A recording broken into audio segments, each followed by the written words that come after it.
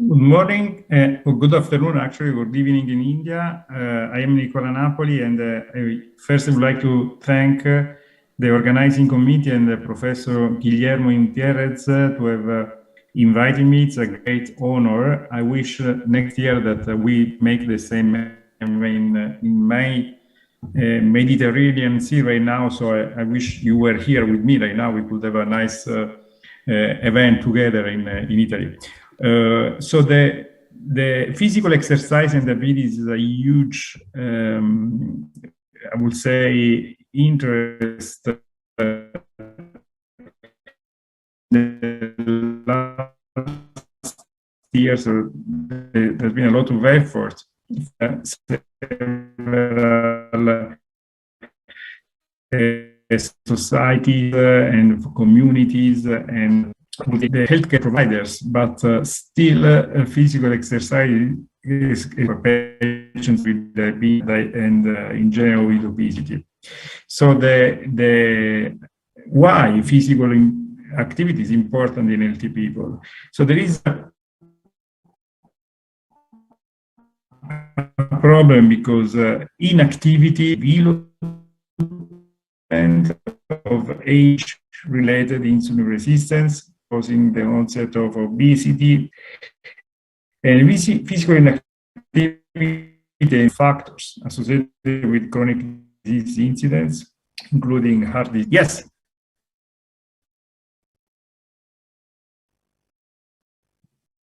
Okay.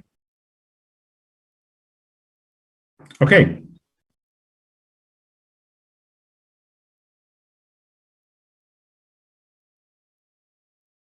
Okay. Okay. Let's see how should I do.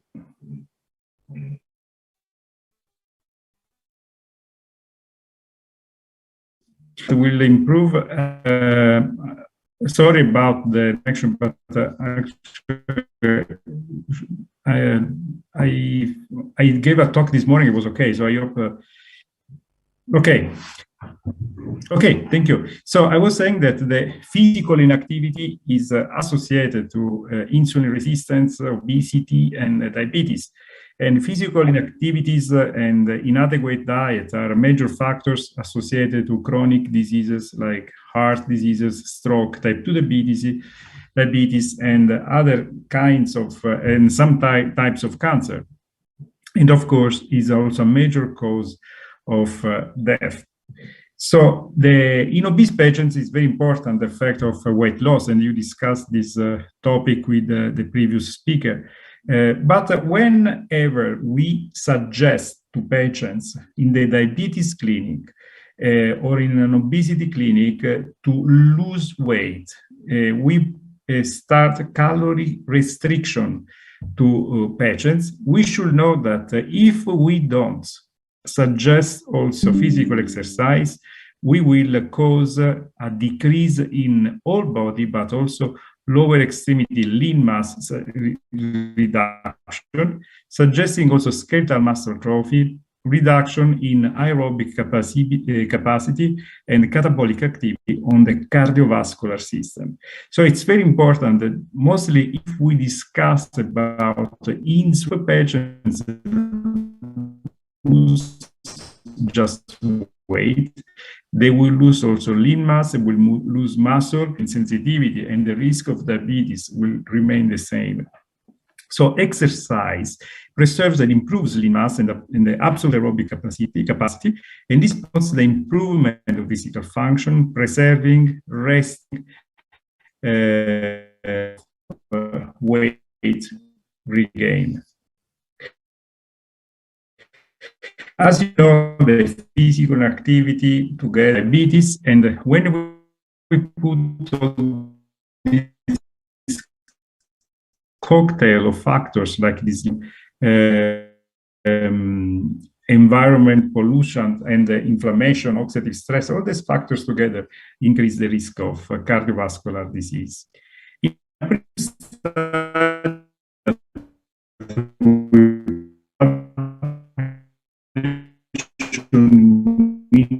England a few years ago, we randomized obese subjects according to what was a group of control subjects. Exercise was basically exercise supervised by physical therapy, exercise, 30 minutes of endurance, and 30 minutes of resistance, and 15 minutes of balance. These were all obese, elderly, frail subjects. And after 1 year of intervention, patients who were on diet and exercise, and in the diet group lost, as we actually planned, they lost 10% of their body weight, contrary to the patients who were controls or just exercising. But when we analyze the effect on physical function and on quality of life, we found that patients on a diet plus exercise had an improvement in PPT, that is a very important measure for frailties, the physical performance test. They had a better VO2 and a better function status questionnaire. But all these measures are associated to frailty and are associated also to improvement of adipose inflammation, adipose tissue-related inflammation. And surprisingly, we found that also analyzing the mini mental state, so the memory of these patients, the word fluency, the executive functions of the subjects measured by trail A and trail B tests, and the depression scale. All patients who were on diet and exercise did much better than subjects.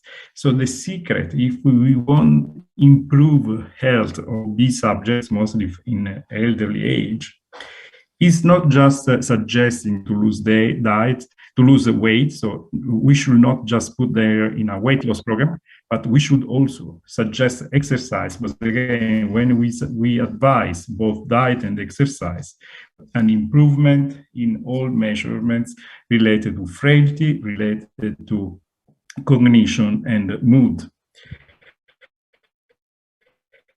But not all exercises are the same. So that was conducted by Dr. Villarreal and published 5 years ago. They found also that the combination between aerobic and resistance is perfect in terms of frailty, in terms of peak oxygen consumption, in lean mass, and also in terms of BMD. All these measures, again, are important because they are associated to lower inflammation, are associated to better insulin. And in fact, we know from this meta-analysis, the physical exercise reduces the visceral adipose tissue, and reducing visceral adipose tissue, we have a better insulin sensitivity, and we have also lower inflammation, meaning basically the subjects have lower risk of diabetes and lower risk of cardiovascular events.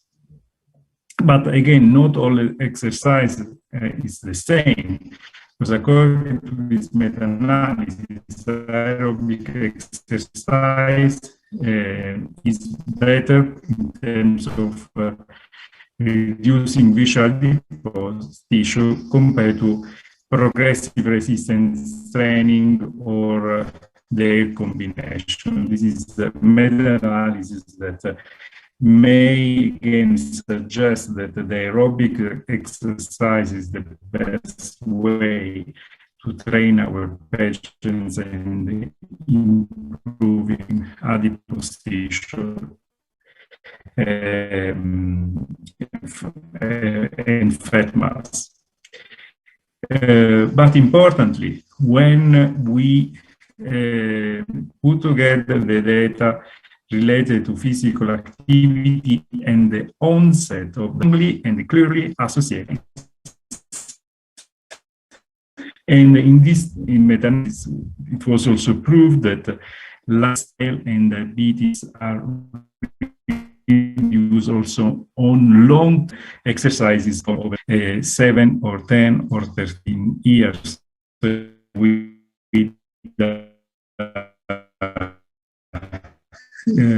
with a reduction. And this is another study that has been just published by Dr. Villarreal, and it was a study that was funded by the American Diabetes Association, and the president, Umpierrez, who is there in India right now, was in the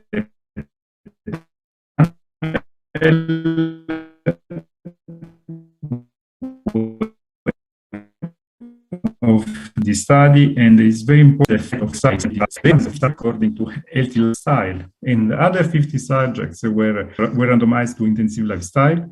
And at the end of the study, that was lasting 1 year, basically patients who lost weight are those with intensive lifestyle and not on healthy lifestyle.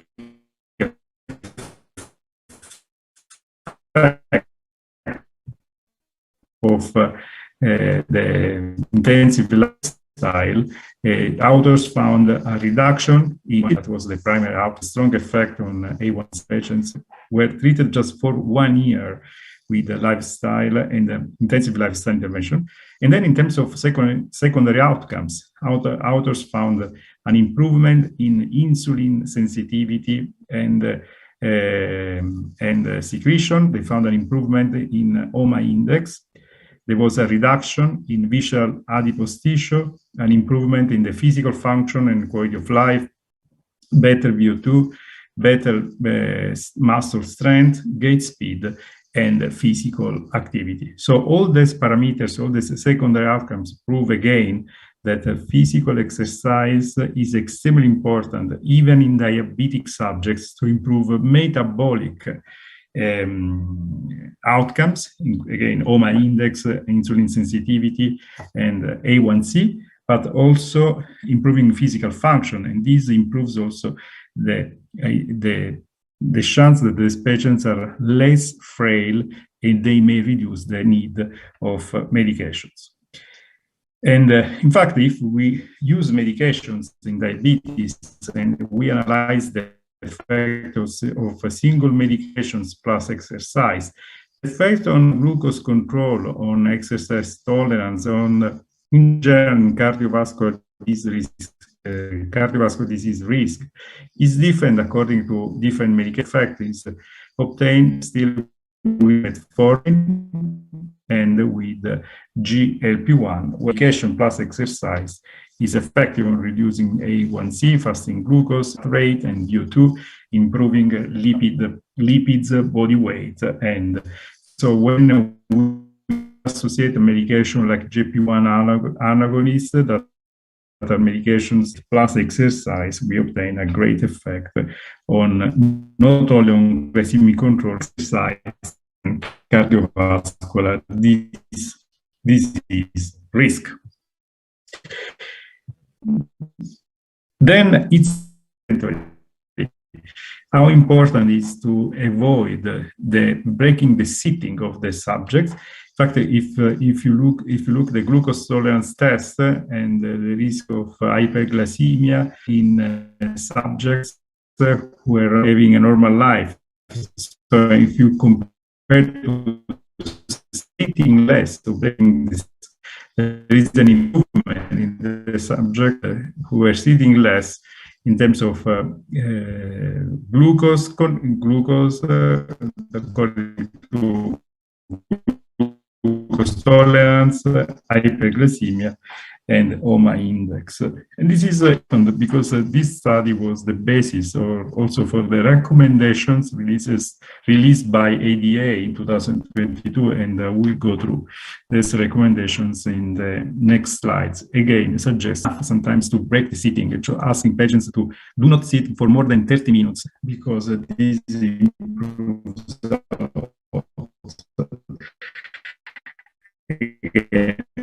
glucose tolerance and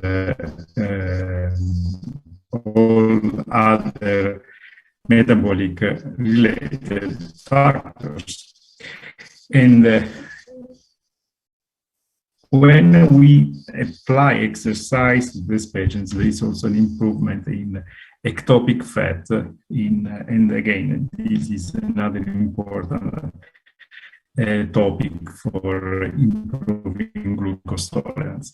Anyway, there are other studies that I cannot go through all the details, but would like to show also that high intensity intermittent exercise improves the cardiac structure and function and reduces liver fat in patients with diabetes.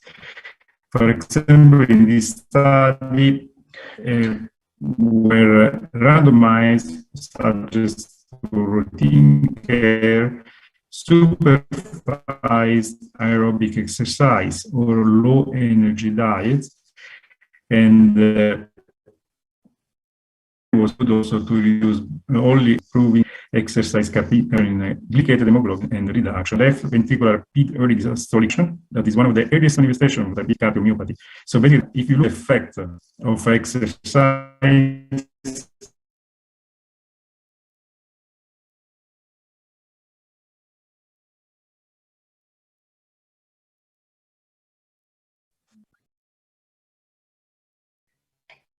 in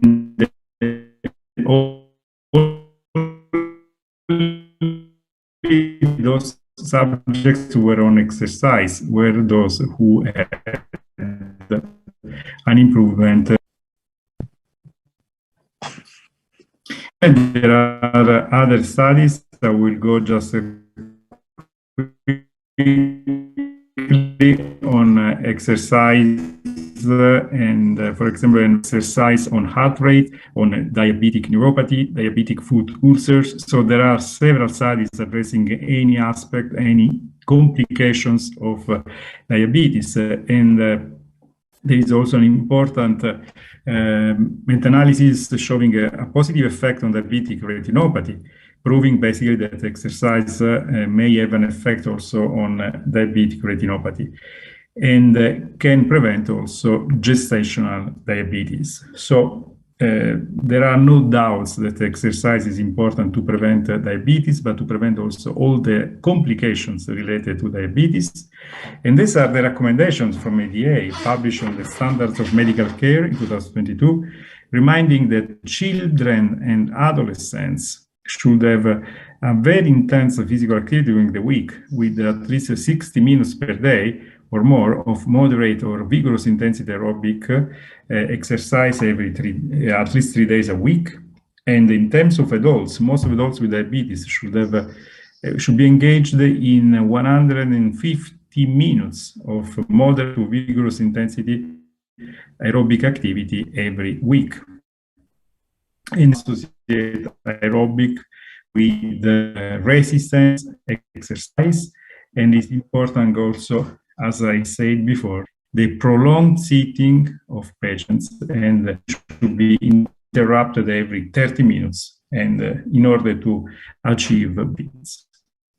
And it's important also in order to prevent falls and to improve muscle function, to associate also flexibility training and balance exercise. And all this data, all these recommendations are based basically on the data that I showed at the beginning that have been for diabetes subjects. In conclusion, physical activity is associated with an increase of diabetes. Physical exercise should be promoted in patients with diabetes, improve glycemic control and body fat composition, physical performance, physical frailty, and quality of life. And when associated with the glucose-lowering therapies, physical activity enhances their efficacy on diabetes management, and the physical exercise promotes the prevention and improvement of diabetes complication. Finally, physical prevents. I would like to thank all of you for your attention, hoping that connection problem did not affect my presentation. And I'm available, of course, to send you my slides, and I'm, of course, available for any questions you may have. But again, if you need my slides and to share my slides with the audience, it will be a pleasure to send to the conference my slides. Thank you so much.